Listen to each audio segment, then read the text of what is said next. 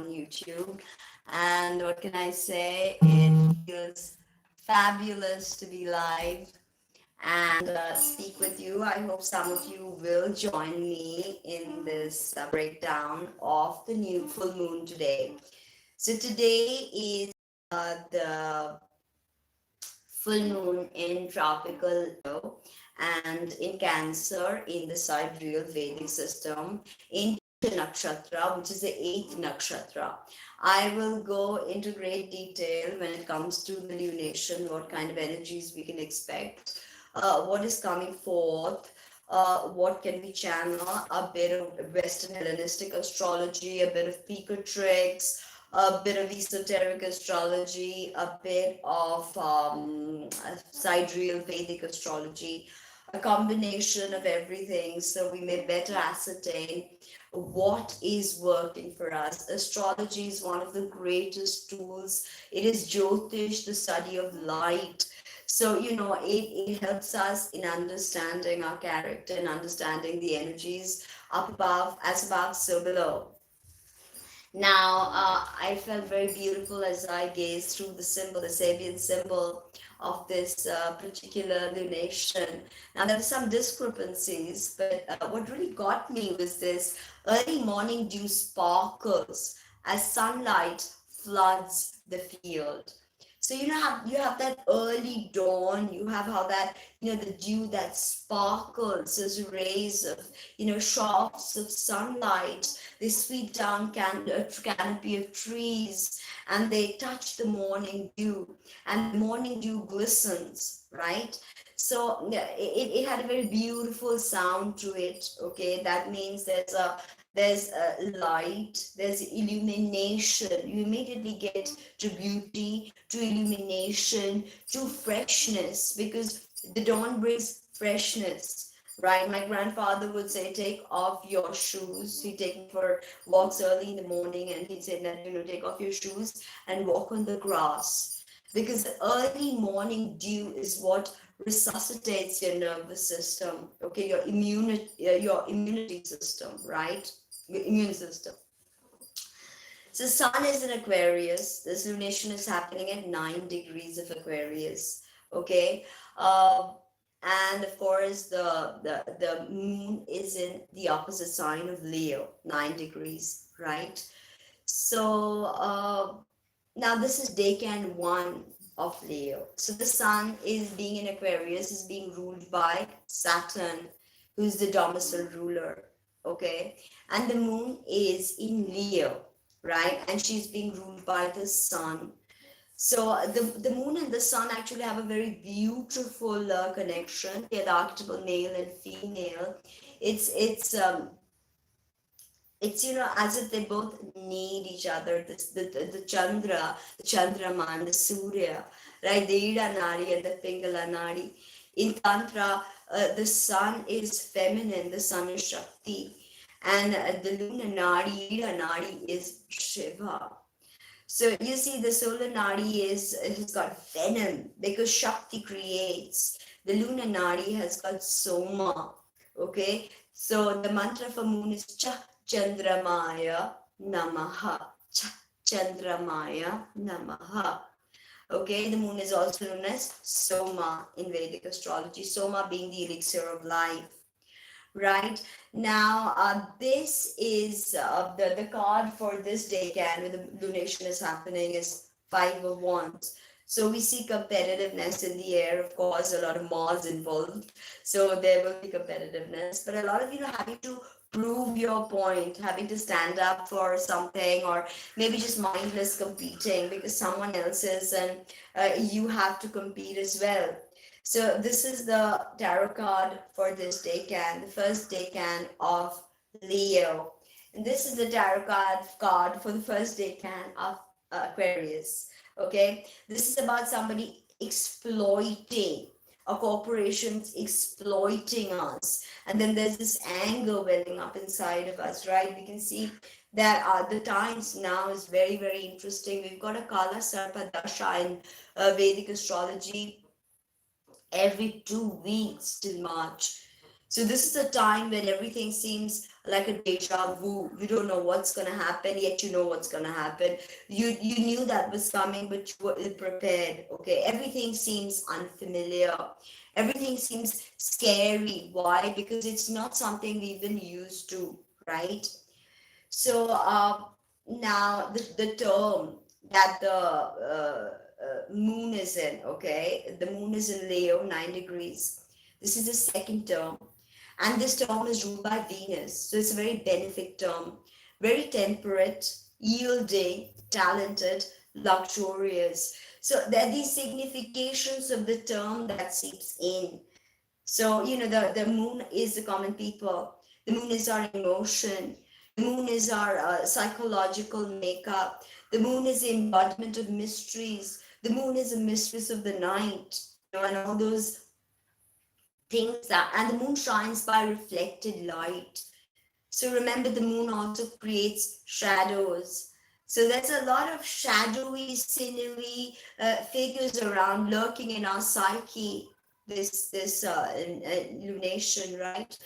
Now, we must remember that the sun is in detriment in Aquarius. Okay, this is a Saturn ruled sign, right? So the sun is in detriment because the sun rules Leo, it's polarity. So in Aquarius, the sun is in detriment. He's not a very powerful, sun like how we would like to be. It's a malefic ruled sun, and Saturn is in detriment in Leo. So you understand the significations between these two energies, Saturn and Sun. They're not friendly planets. Now, without, I don't know why, maybe the ancients looked at it in a different way, but I look at it like without Saturn and Jupiter, the Sun would not be able to hold his simulation. Okay, because it is thanks to the astronomical importance of Jupiter that life can even exist on Earth. Okay, and without Saturn bringing to us the correct planetary rays, so we may better manifest and we may better solidify them into matter, there would be no creation. So yes, the Sun and the Saturn are some kind of, ruler and vizier, and there's this minister, and there's this interaction going on. The ruler, when is the ruler giving too much, the vizier would say is like the hand of the king. In a way, Saturn is the hand of the king, and the king is the king, he's the emperor. So there's that interplay between them. Yet I believe that without Saturn, there would be no solar system. There would be no life to observe. Okay, the consciousness would not be created without Saturn. So it's a very important part of the solar system. Very, very important part. Now, two main things to keep in mind while we speak of all this lunation and the energies is the moon is square Mars. Whoa, okay? And the moon is also opposite Jupiter. So this Mars has really come into a lot of activation. Mars has been sort of, in the background throughout 2020, going retrograde and sort of, digging up many things in Aries. And, Aries is cardinal fire. And here Mars is now moved into Taurus, which is fixed earth, and Mars is fire, and Mars provides heat through which he cuts and burns and he creates. Okay, Mars is born from the sweat of the sun, He's half of the earth, he's born of Prithvi and the sun. So his power, his superpower is fire. Through fire, he brings transformation. Okay, so we have to understand that there's a lot of fiery element happening with this. Moon is already in a fire sign. Okay, the moon is cold, the moon is moist, but the moon also has heat. Okay, and in the squares and oppositions, we see the heat of the moon. More in conjunctions, we see the coldness, the moistness. Okay, the fecundity of Cancer is what the moon gives, the moistness, the nocturnal womb energy. Where you look, the moon is exalted in Taurus, the most womb energy of them all, the most fecund, the most nocturnal, earthy, fixed energy. The moon is exalted there. So you immediately understand that the moon is fertility, right? The moon in Leo is very connected to children. So you have to understand that the moon is now donned the mask of Leo, okay, the mask of the lion. And now she is interacting as the lion. So the lion is interested in the cubs. The lion is interested to lays because through leisure comes some of the greatest creative powers, right? So it's a lot of powerful energy with the sun that's transpiring for sure. And although the sun is in a malefic rule sign, the greater malefic Saturn. Now let us understand the sun a bit better. The sun is in Aquarius, first decan, ruled by Saturn, Aquarius triplicity, right? Now, Five of Swords, like I said, again, a cutting, a sort of, betrayal sort of energies coming forward. Very good to work with tourmaline points. Whenever the sun is in Aquarius, it is really, really powerful to work with black tourmaline points. Okay, because any kind of negative energy, any kind of negative mojo or negative curses, or any kind of negative magic, okay, is done through Saturn and Mars. So oftentimes working with black tourmaline during such a lunation on the physical, etheric, causal bodies can bring about a lot of transformation. Just something I've observed over the years, over 2 decades of working in this field. So now what's going on is the term 2 of Aquarius is again ruled by Venus. So it's a very interesting Venusian atmosphere that we find because the term 2 of Leo is also ruled by Venus. And term 2 of Aquarius is also ruled by Venus. So here we have a lunation in Leo and in Aquarius, and we have such a Venusian influence. And Venus is in Capricorn under the rulership of Saturn. We'll get to dispositions shortly. Okay, now this is a very interesting term 2 of Aquarius. Loving, well, pious, wealthy without effort, profiting by sudden good fortune, prosperous seafaring, prolific degrees. So this term 2 of Aquarius is very prolific in ideas, in thought forms, in mutations in our mind, and exploring those shadowy figures, in our psyche. It's a very prolific degree. We want to do more, more, more.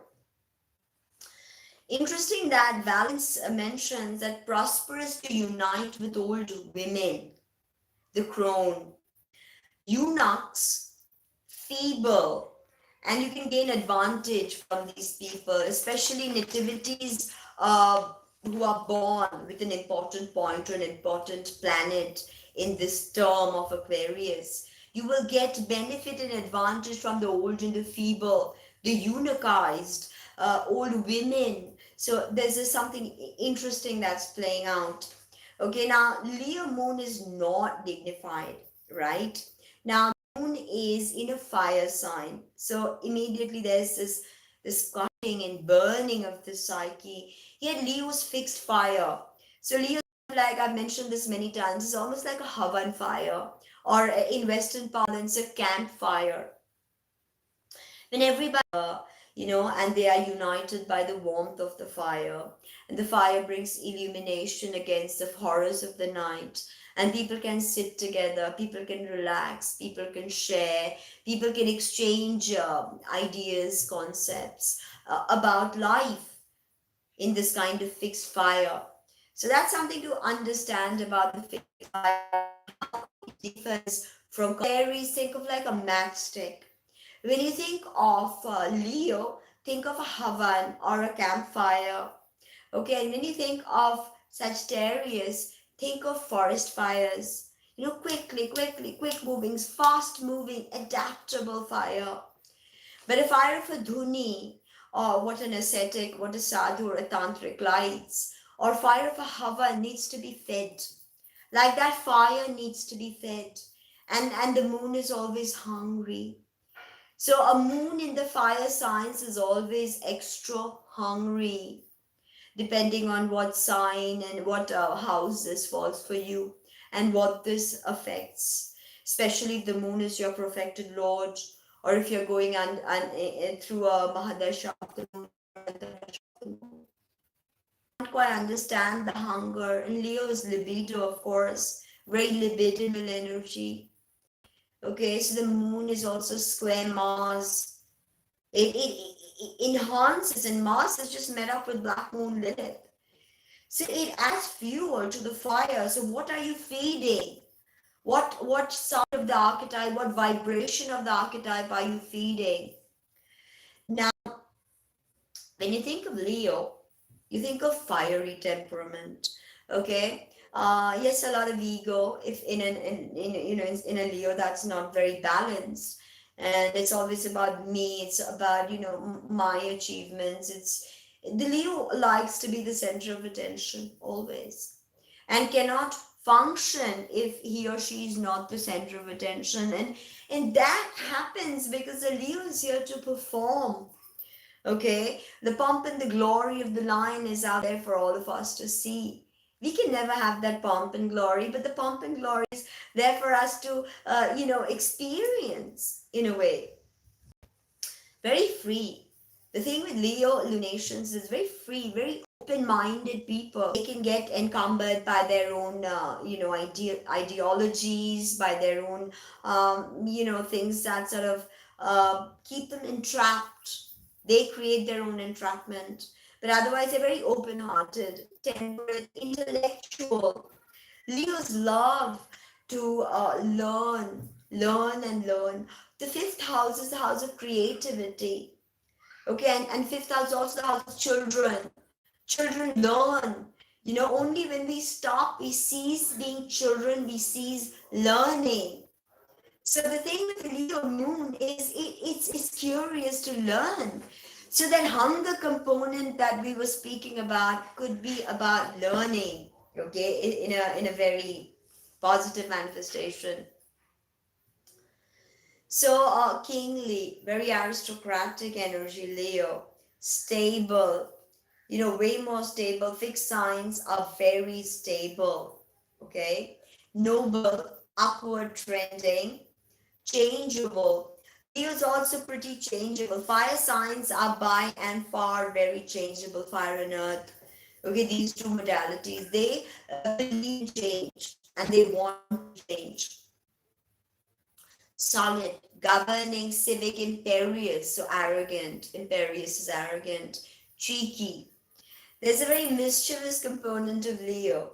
Leo moon natives are, always young at heart. Always young at heart.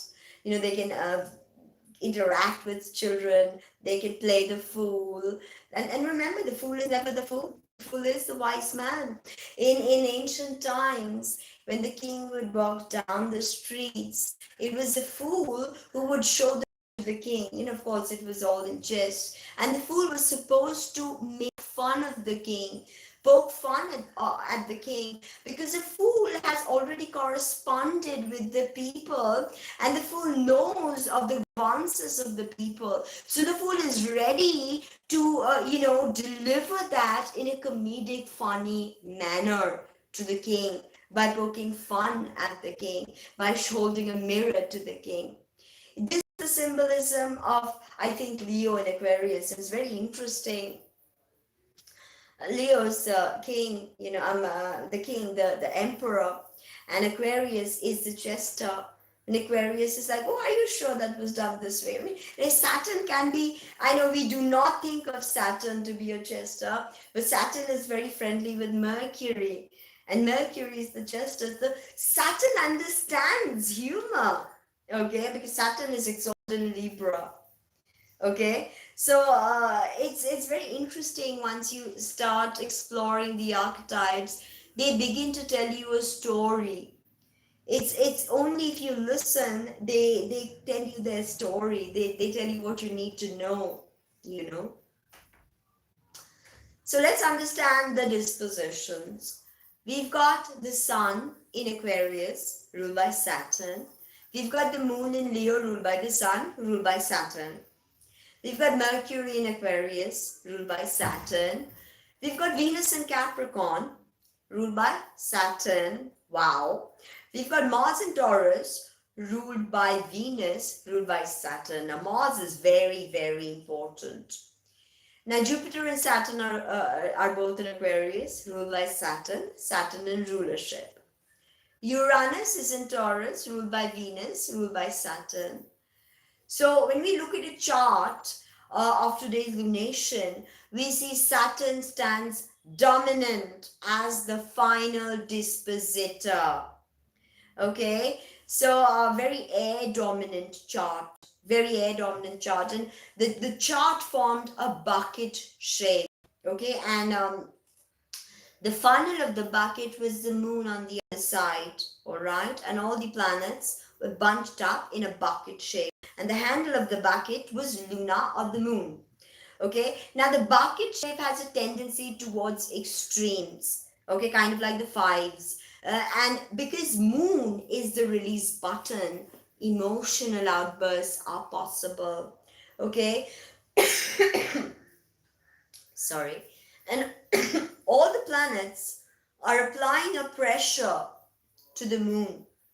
So we have emotions spilling out, grievances spilling out, and that moon is under the influence of Mars through that square.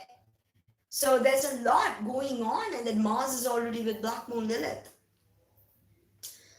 So they're applying pressure on our emotions, on the common people, and there's a strong tendency towards conflict today. Okay, so because Luna is the bucket handle, Soma is the bucket handle, there's this emphasis on what's private and that it may suddenly leak out. So you're having an affair, suddenly it leaks out. You know, you're hiding some money from your wife and suddenly it leaks out. You're doing something hidden, suddenly it leaks out. You got a grievance on your boss and suddenly it leaks out. So, you know, when Luna is the bucket handle, you know, what's private is playing in your mind. It's going on and on. And all these other planets are applying pressure in this bucket formation, okay? So stress is on what's private, on what we put in our mouth, on who we hug, on what we hold dear, on children. Okay, Luna, as it is, deals with the mother and child, and Leo deals with children. So you can see the emphasis with this lunation on children, right? Now let's talk a bit about Arabic astrology. Okay, so this is the 11th moon manzil. Okay, and this is called Azobra Ardaf, okay, and it is in the Leo's main. 8 degrees 34 minutes of Leo to 21:25 of Leo. So, sorry, let's understand the significations of Azobra Ardaf, the 11th moon manzil. Helps journeys, money from commerce, redeeming captives. Okay, now let's go into a bit into pico tricks. So the talisman that can be made today will be for fear, reverence, and worship. Okay, you want someone to fear you, you want someone to revere you, you want to appear all powerful. This is the moon manzil. Okay, so the image has to be made in a tablet of gold. Okay, and make the image of a man riding a lion. Okay, holding a lance in his right hand and holding the ear of the lion with the left. Okay, the ear of the lion, dominance. reminds me of the strength card tarot, because incidentally, this man over a lion images Parvati, as well as in Tantra. There's said that man is like always riding a lion, bam, bam, bam, the whole day. Imagine sitting on a lion, okay, and you go and you go and you go, and you don't know when to get off, and you don't know how to control that lion, okay. So that controlling the lion is the message of the strength card in the tarot, right?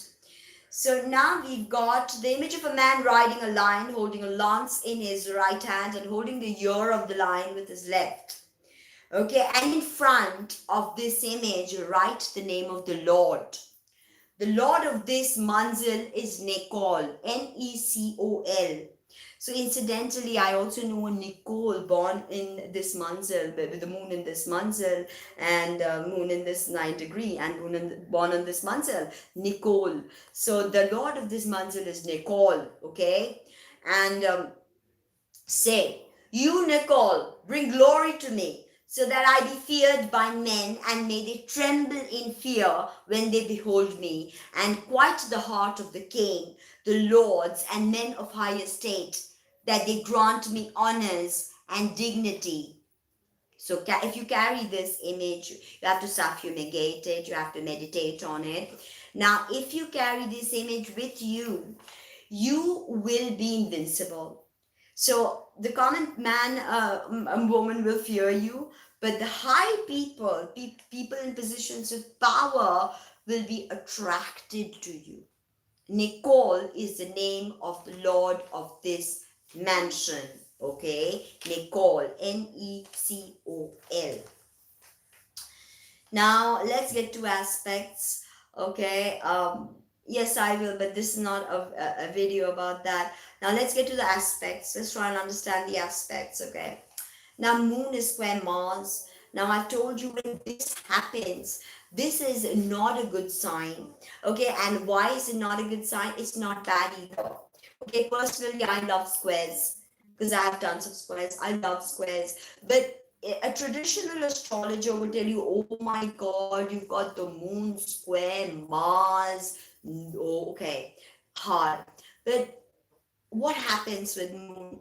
Moon is our psychology, okay? And Mars applies heat. The heat of Mars brings change. And we want to change. That's why we incarnate. That's why in esoteric astrology it is said that the moon sign becomes your biggest challenge after the age of 35, because you spend all of these years building habit patterns. The moon is your everyday habit patterns. When you think of the moon having planetary joy in that third house, okay, the third house being Gemini, and you immediately understand some of the Vedic significations of the moon. In Vedic astrology, the moon is the mind. Okay, not so much in cogitative mind, but just a random mind going on and on and on. That is the moon. Like waves come crashing at the shore, and they come crashing and they come crashing. It's that incessant movement. And also the moon, when it interacts with Mars, there's a component of heat that's generated, pitta. Okay, pitta imbalance is generated, but that pitta is why we move. That heat of Mars gives us the impetus to move, to change, to act, to take action. Without Mars, there is no action. Without Mars, there's no me coming on this channel, putting on this, on the clothes, put on that record button. Without Mars, there's no me doing that. Without Mars, nothing can be achieved. Without Mars, no change, nothing can be done.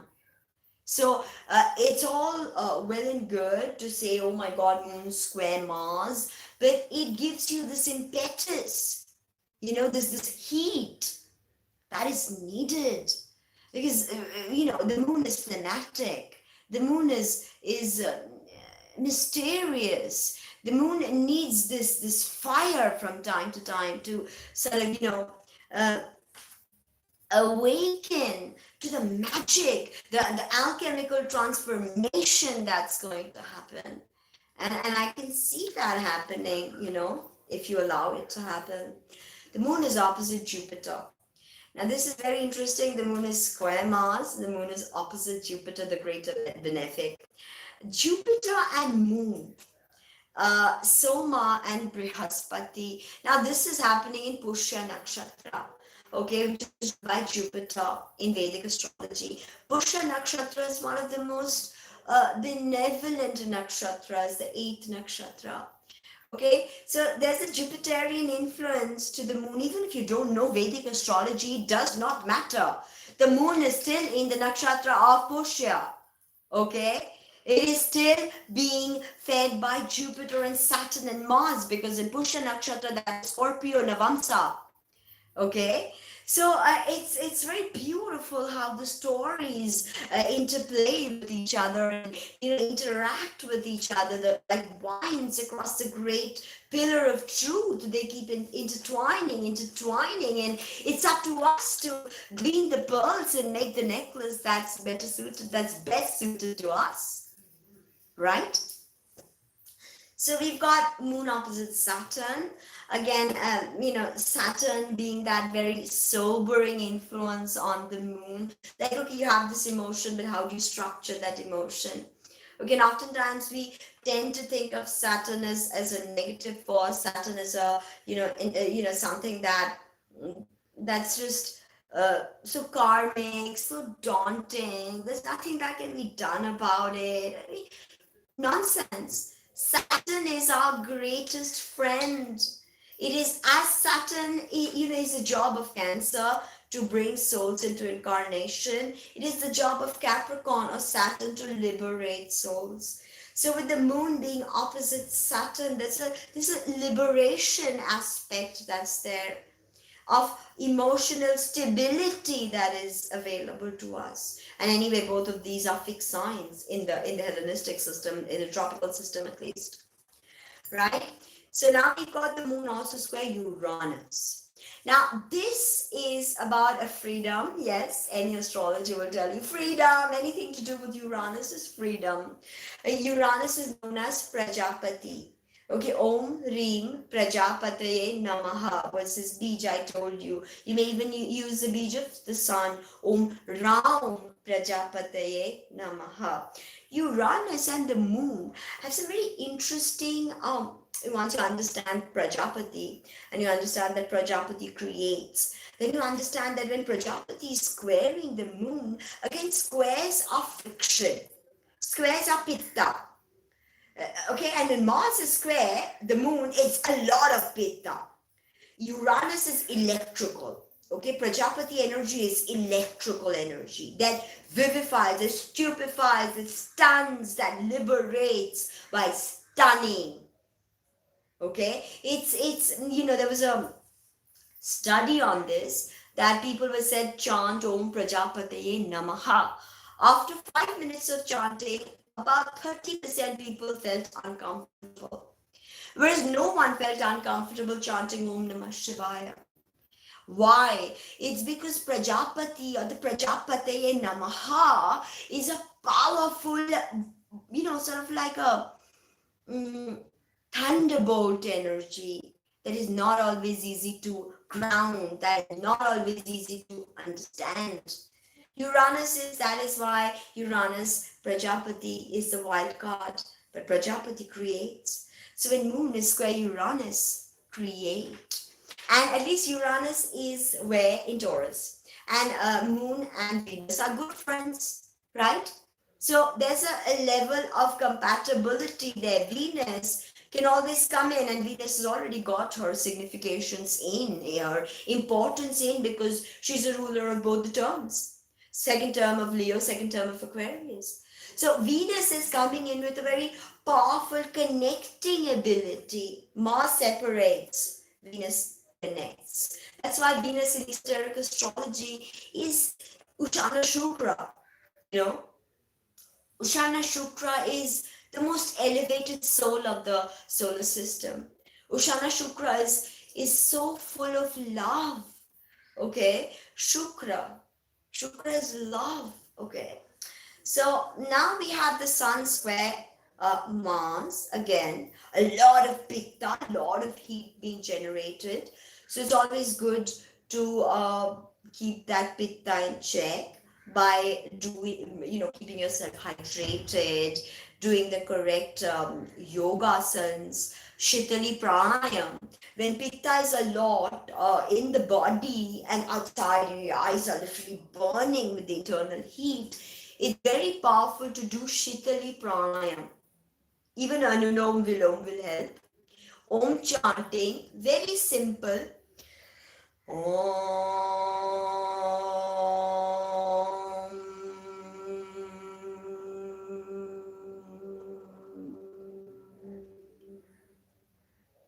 The is much more than O.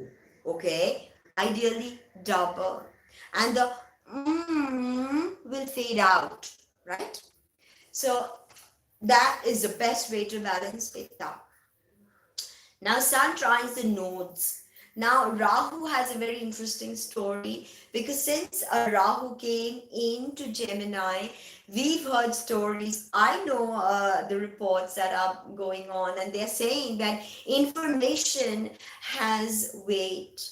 When you erase things from a hard disk, it literally loses weight. So they're saying digital information has weight.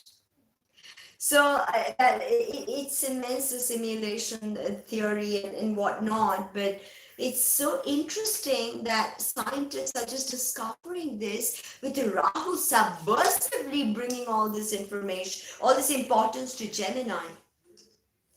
You know, Rahu is very subversive energy. I'm going through a Rahu Antardasha.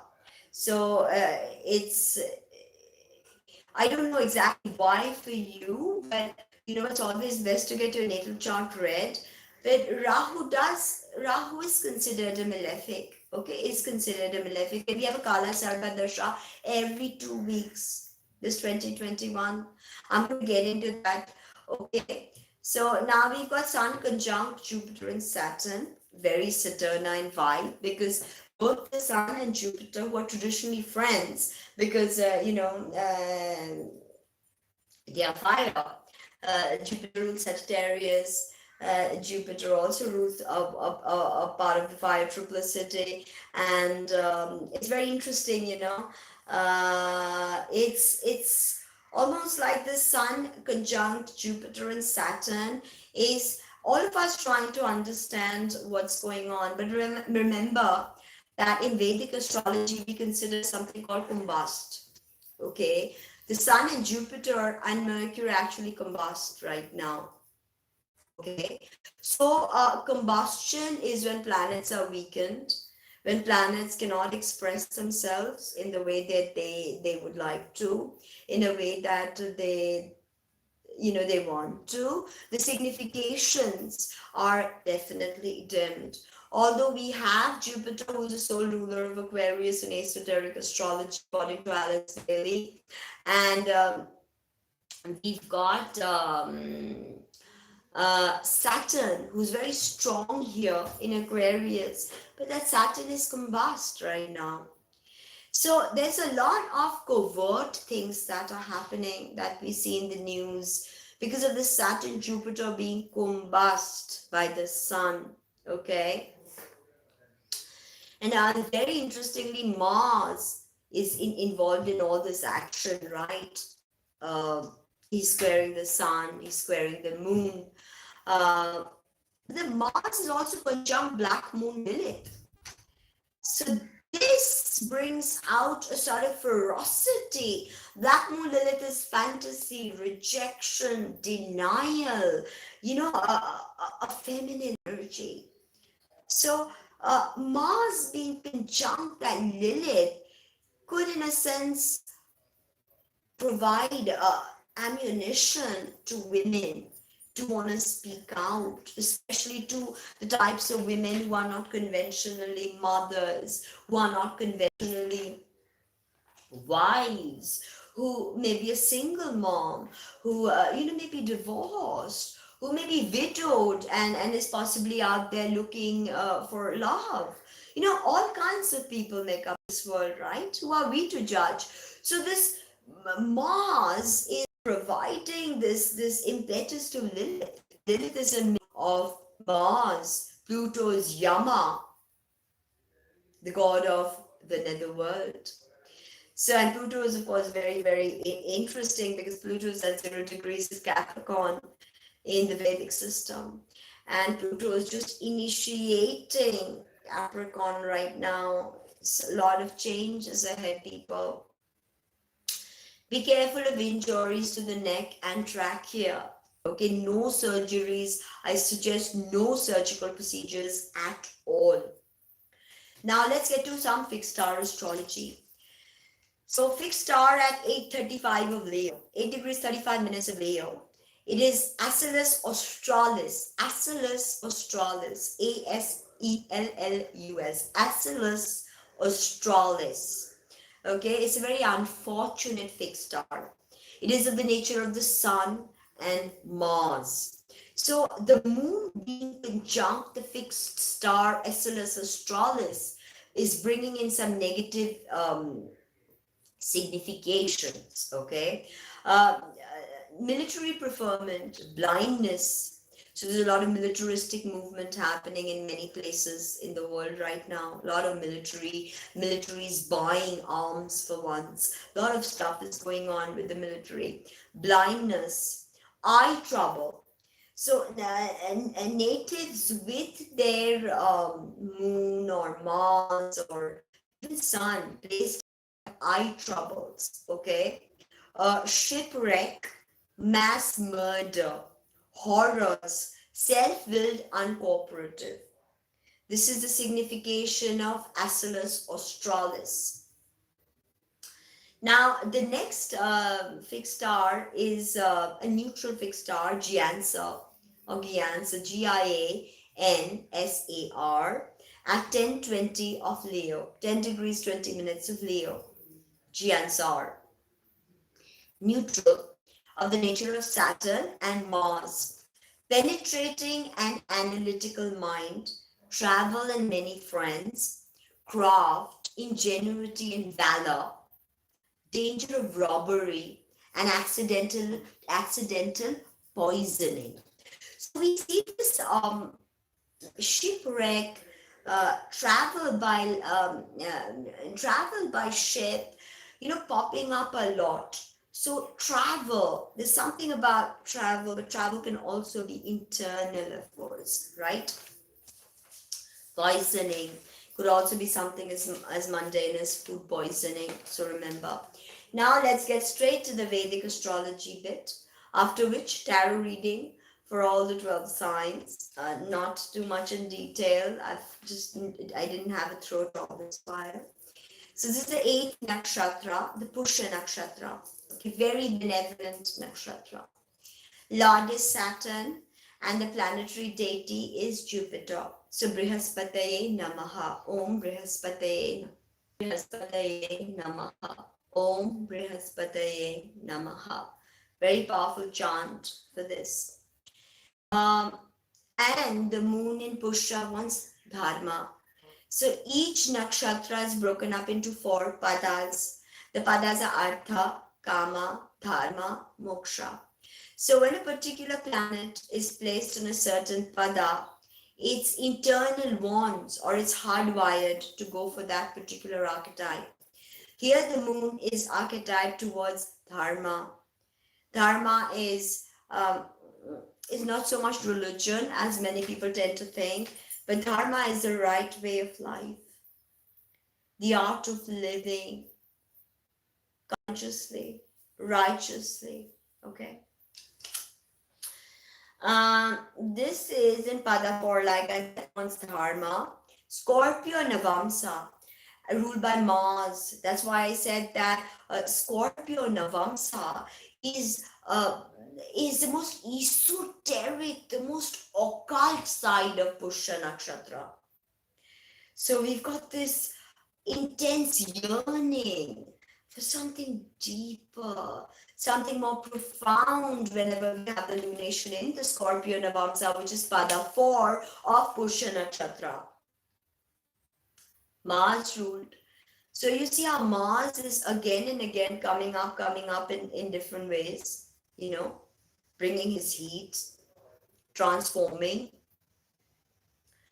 So connections with higher beings can be made, magic can be done. This Scorpio Navamsa of Pushya Nakshatra is best for Mantra Diksha and to understand rituals of Sanatan Dharma or any other Dharma per se.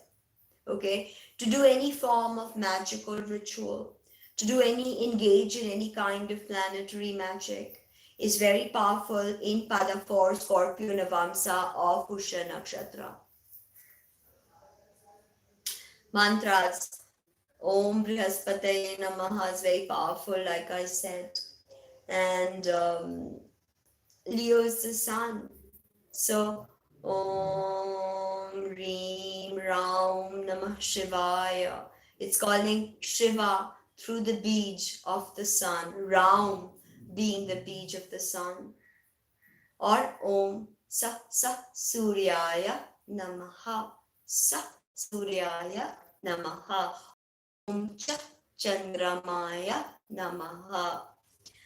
Okay, so very esoteric, very occult Nava. Okay, wow. Now, totem animal is sheep. Don't sacrifice a sheep, but the totem animal is a sheep.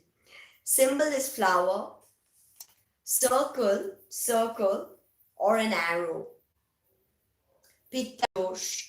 The dosh of Pushya Nakshatra Navamsa 4, Scorpio Navamsa, because its Mars root is bringing Pitta dosha. Now, two things I want to mention here. What if you had a baby boy today?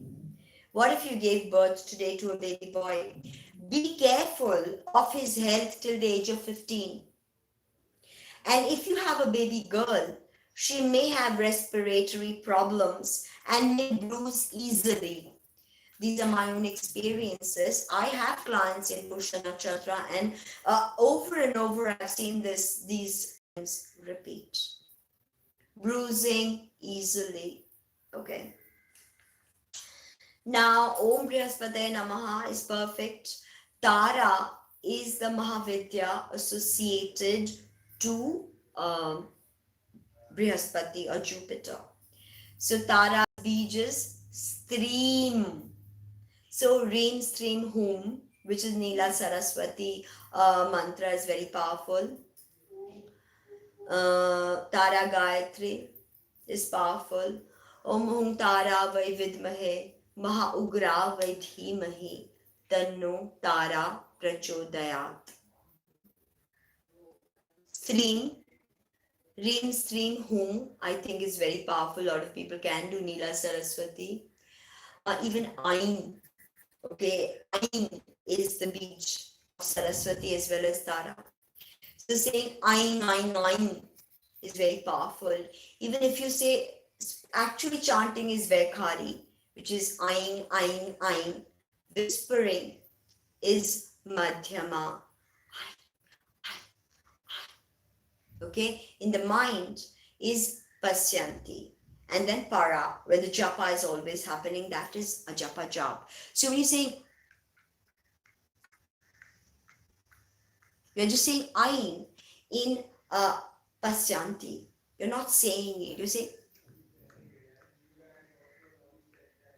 and in one Ain, 3 Ains in one, 108 counts. So you may use a mala, like I said, 108 beads. You may use that.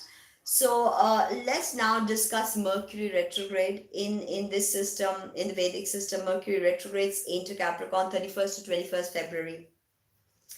And there is a Kala Sarpa dosha every 2 weeks till March 20th. This Kala Sarpa dosha, And why is it only 2 weeks? Because the moon is going around bum bum bum bum bum bum bum side of the zodiac and is breaking the hold of the serpent. Every single time the moon is crossing the Rahu or the Ketu, it's breaking the hold of the serpent. Okay, and Kala Sarpa Dasha every 2 weeks till March 30th.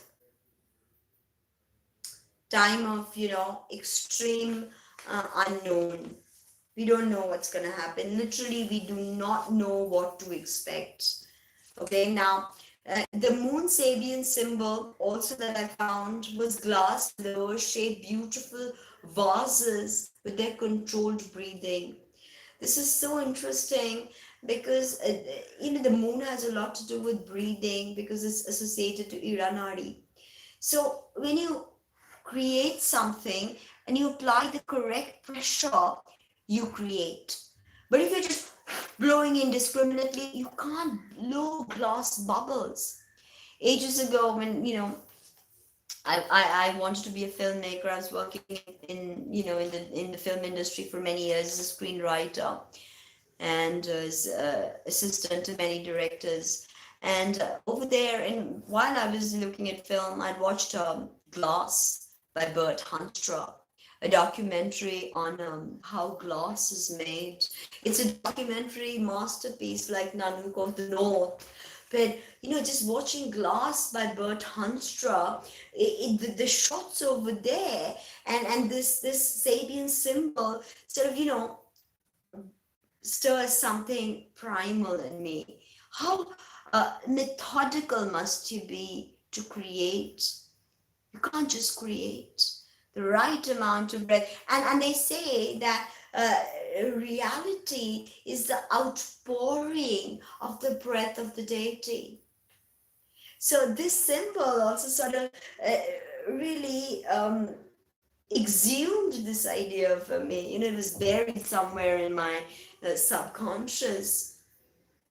So Pluto is necrotizing a grip.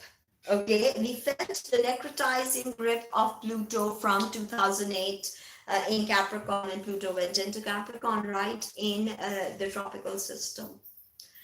And now we know that Pluto is in Capricorn, and in 2026, Pluto will move into Aquarius. But in Vedic astrology, Pluto is just entered the critical degree, 0 degrees of Capricorn. So this necrotizing grip of Yama, and Pluto is Saturn's brother, right? Yama, the lord of the netherworld, the ultimate psychopomp. Mercury being the more personal psychopomp, but Pluto is the ultimate change. Is Rudra.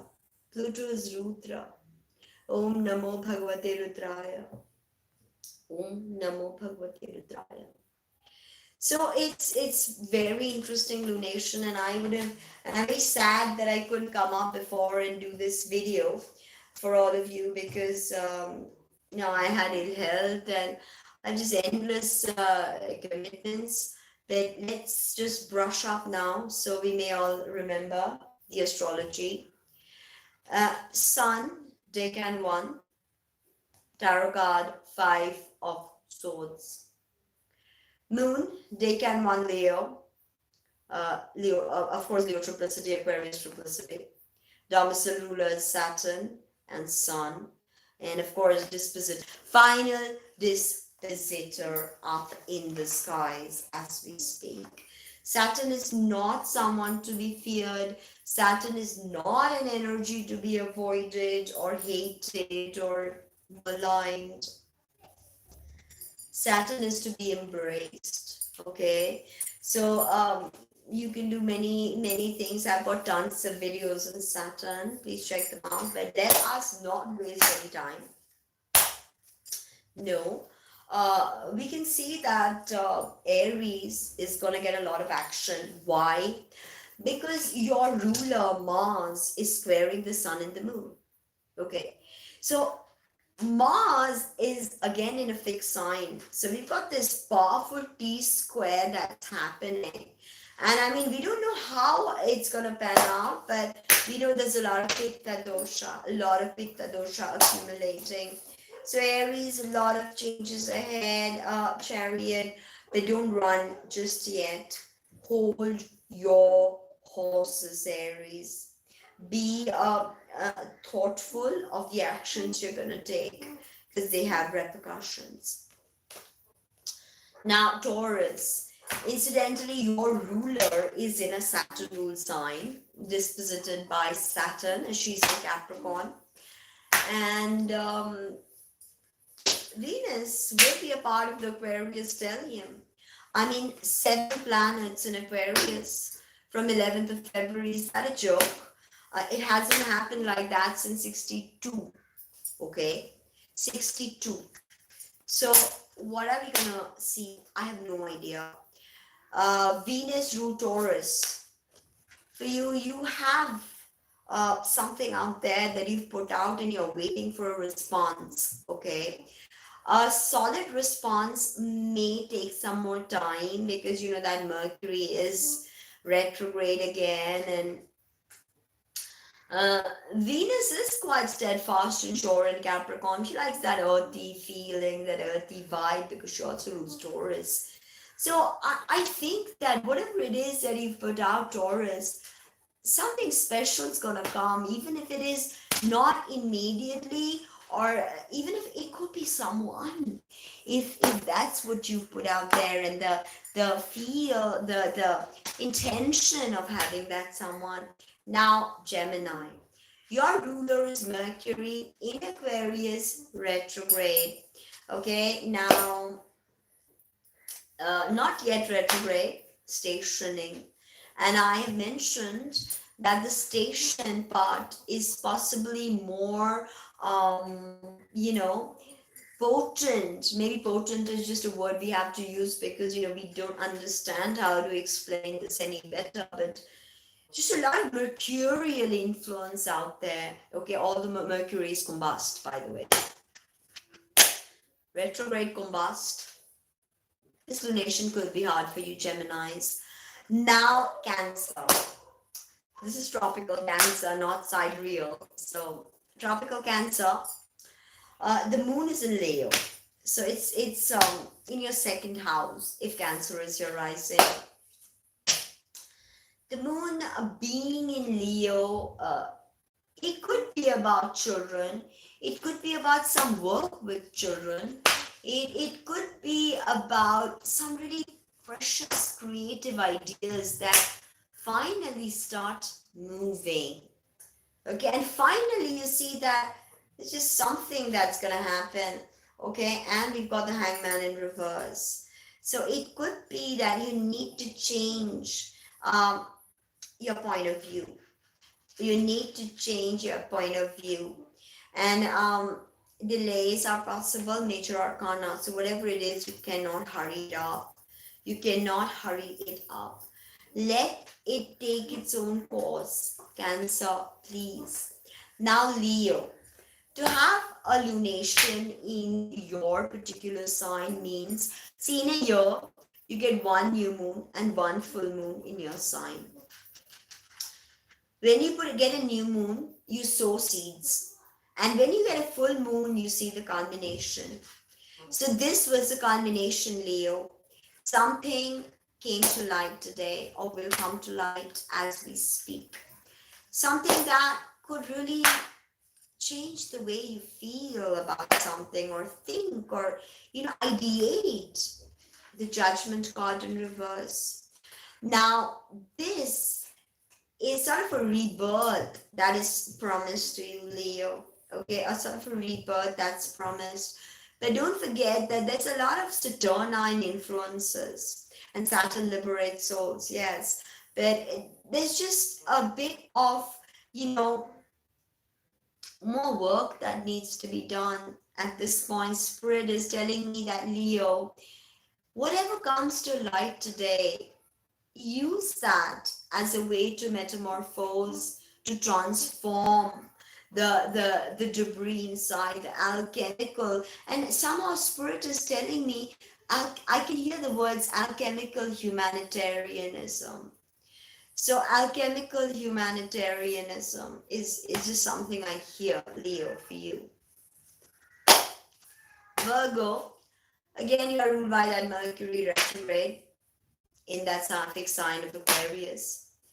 So anxieties, yes. Watch your breath work, very important.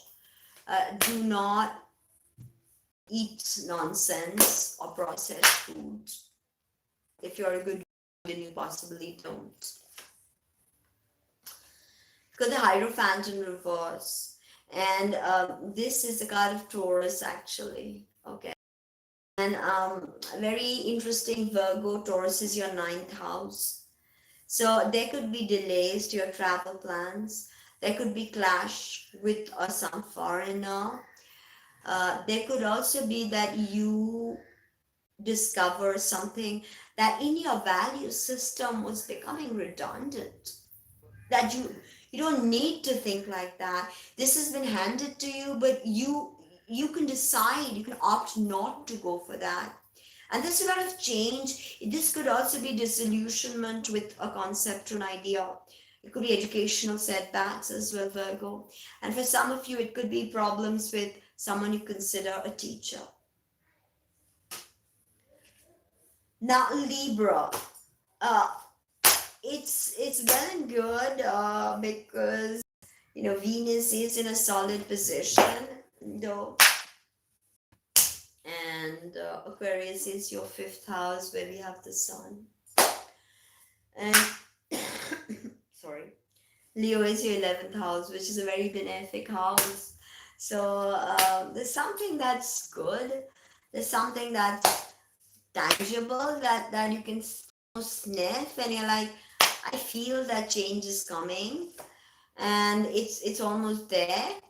But the King of Swords, the King of Wands, the King of Wands is could be a person, fire. I mean, that's obvious. With whom you have a little, conflict of interest, and again that moon being in that 11th house, you are being seen. You are being seen by the larger community, possibly online, and this is something or something that's lurking in the back of your mind, and maybe this person is not about a fight online, nothing like that, maybe, but it could be something that comes to that is just illuminated inside of you, just illuminated inside of you, Libra. Also, that fifth house, it could be related to love. And I'm not saying just because it's reverse, this person you met or you're romantically involved in is a bad person. No. But, he could be Aries, he could be Sagittarius, he could be Leo. But you feel like, there's a lot to try over there, Libra. A lot to try. And sometimes you're like, oh my God, I don't want to try that. I want something easy. How am I going to get that? I'm going to want something easy. I think that this relationship will definitely, in a sense, change you. It won't be easy, this interaction that's coming your way. And with the full moon in your fifth house, it's if we're not in your fifth house, it's in your 11th house, moon. But the sun is in the fifth house. So it's activating this fifth and 11th polarity. Fifth house where Venus has planetary joy. 11th house is where Jupiter has planetary joy. So it's fifth lucky, and 11th house is the good spirit. So it's definitely something lucky, but something frictional. Not easy peasy, close your eyes. Scorpio. So you're feeling it because, this year is so much about the fixed signs and their awakening, so to say. And I think we are ready. All fixed signers are ready. and Mars being, your ruler, being so actively engaged in this particular lunation, being square the lights, the sun and the moon. There's a lot of conflict inside. And I also said that this bucket pattern that is forming, all the planets constricted on one part of the zodiacal wheel and the moon on the other side, and the moon. So we've got Seven of Swords for you, Scorpio, which is a Seven of Swords for you. Okay? But when this is reverse, it could mean one of two things. Okay? It could mean that, in a sense, and remember, Leo is your 10th house, your midheaven. So there's something about your career, work, I feel that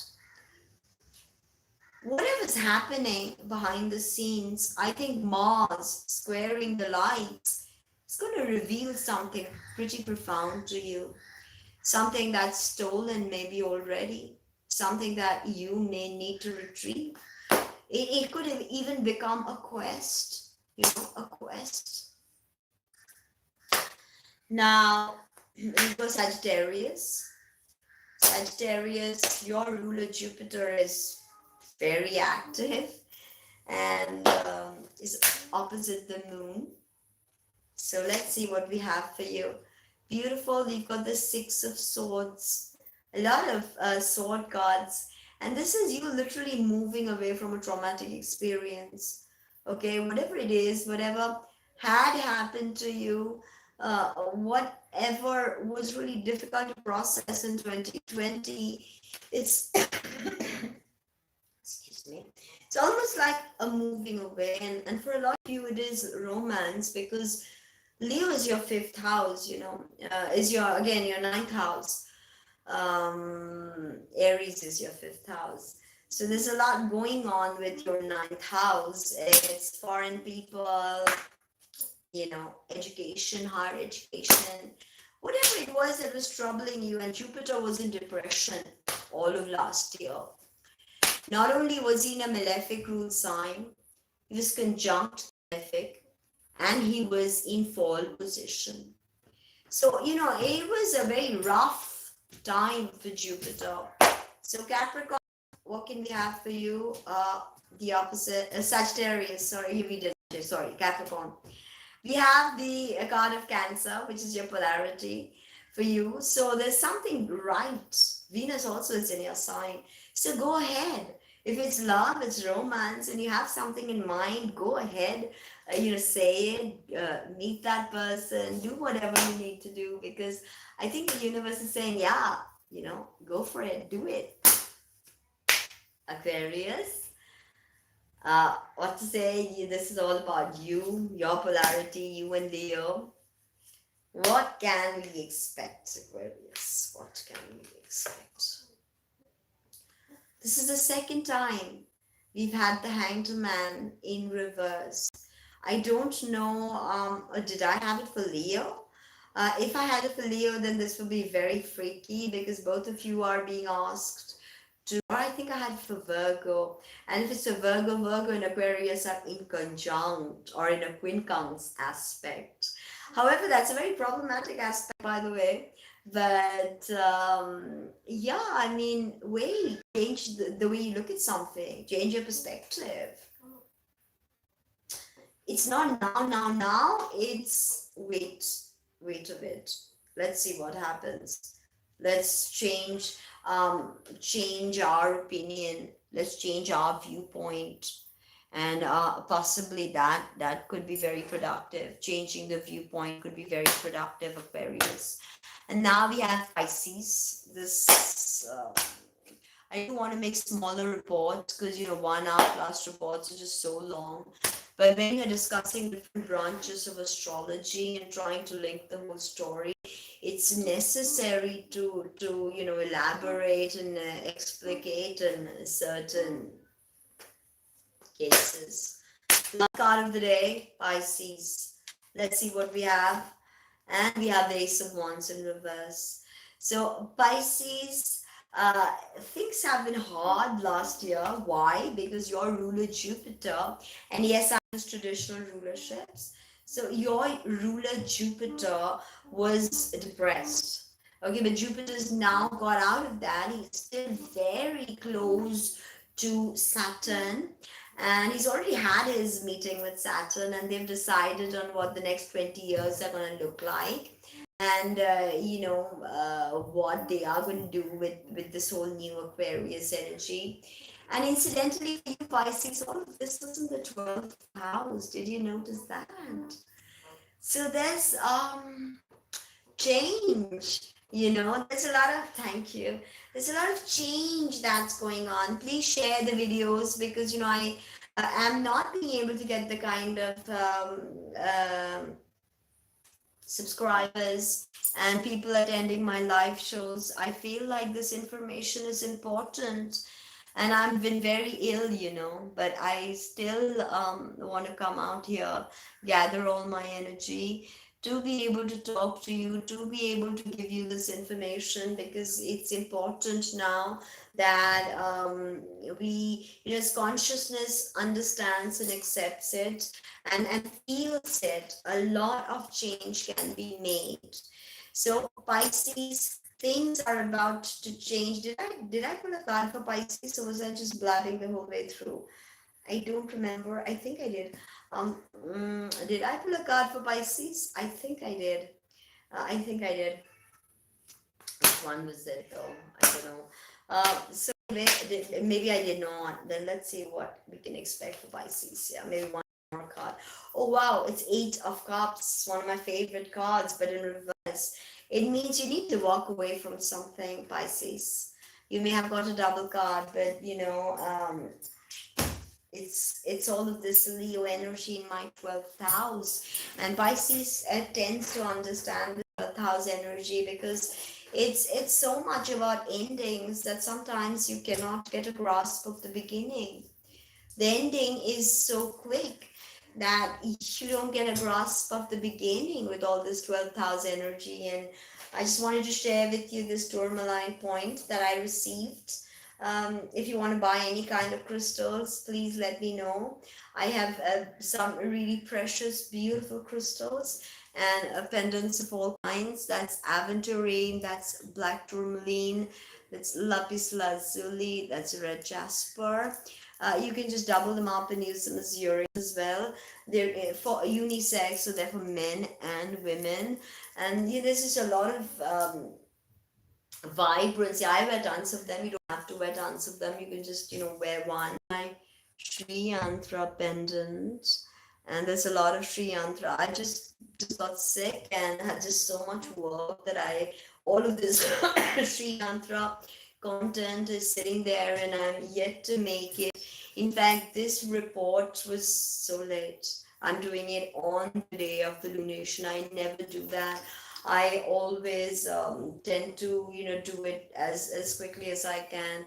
So having said that, that's Aquarius energy, and the seven planets stellium in Aquarius. You can use tourmaline points for that, by the way. They're very, very powerful, these tourmaline points. And I have all kinds of things, crystals of all kinds, quartz, kyanite, chunks of pyrite, all of that. So anyway, let's discuss some mantras now. Finally, that we're at the end of the conversation.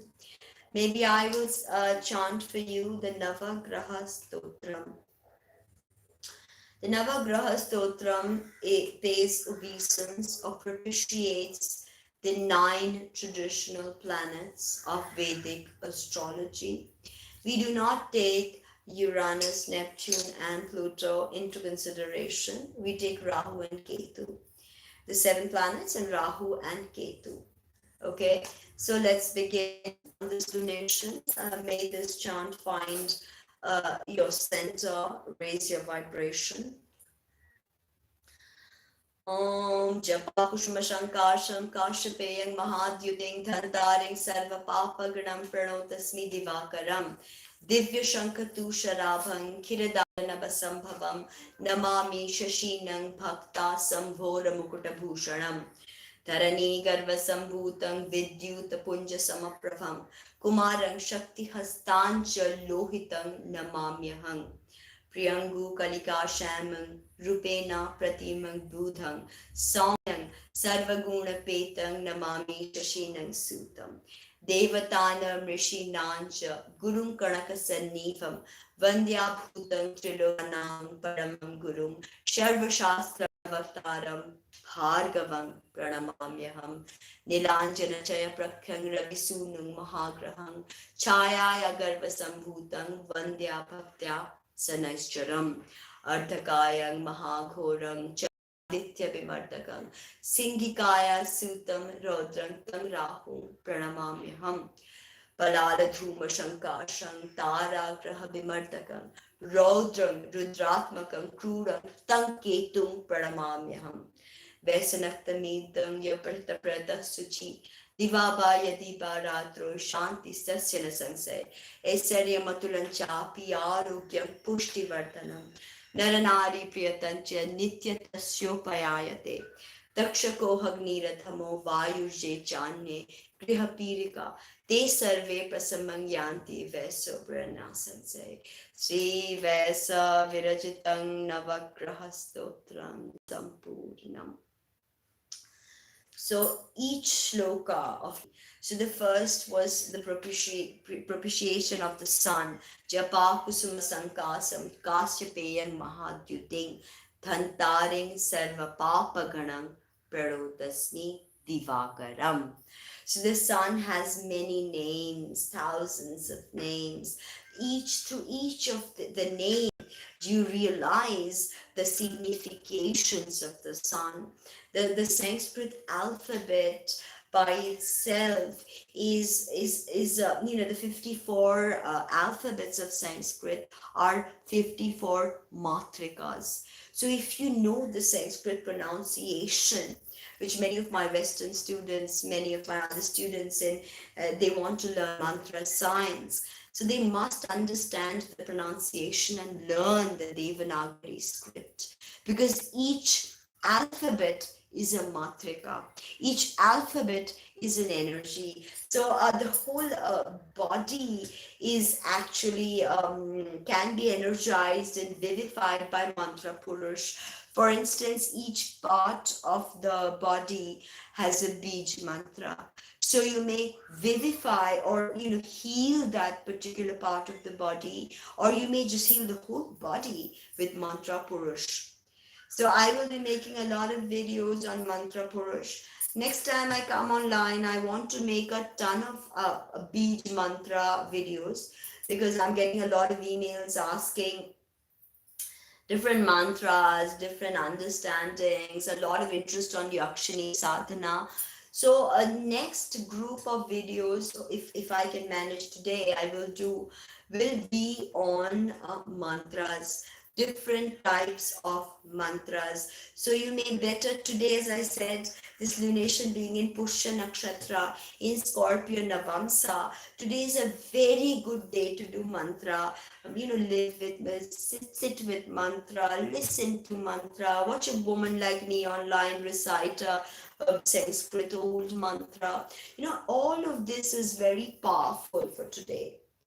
So having said that and chanted this very sacred Navagraha Stotram for you, I take your leave. It's been quite a while, and I hope to this report finds you in the best of health and best of adaptability and creativity, because we have this creative energy that is coming to us, magical energy that is coming to us with the square from Mars, and Mars being a ruler of the Scorpion Navamsa and Pushya Nakshatra.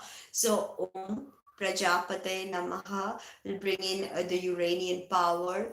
Om Mangalaya Namaha will bring in Mars. Mangal is Mars.